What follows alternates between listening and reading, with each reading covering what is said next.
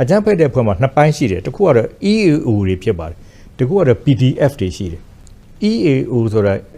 Armed Organization EAO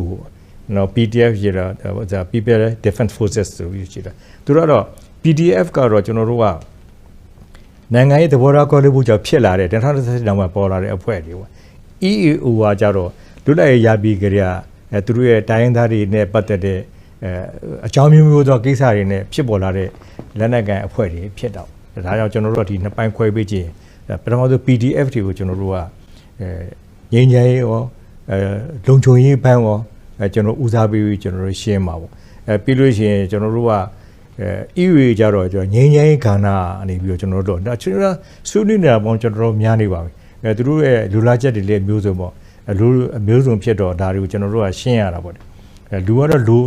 လူလာချက်ကတော့အများကြီးရှိပါပဲဒါပေမဲ့ဟိုဖြစ်ချင်တာတွေရှောက်ပြောနေမယ်ဆိုတာဖြစ်နိုင်တာတွေနဲ့ဖြစ်တင်တာတွေပဲ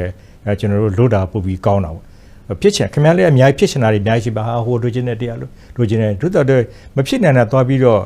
လှုပ်လို့ရှိရင်တည်းများကျွန်တော်တို့ရှင်မှာလူမျိုးတွေဒီပုံပေါင်းများစွာရှိတယ်တိုင်းရင်းသားတွေမျိုးပေါင်းများစွာရှိတယ်အဓိကတိုင်းရင်းသား10မျိုးရှိတယ်တိုင်းရင်းသားလူမျိုးပေါင်း130ကျော်လောက်ရှိခင်ဗျားတို့နိုင်ငံပို့ပြီးများပါတယ်ကျွန်တော်တို့ရှိတယ်အဲ့တော့တယောက်နဲ့တယောက်လဲသဘောထားတွေအမျိုးစုံတယ်အဲ့တော့ဘာနဲ့ရှင်းမလဲသူဥပဒေနဲ့ရှင်းတယ် constitution ရပဲရှင်းတယ် constitution မှာကျွန်တော်တို့ကဒါ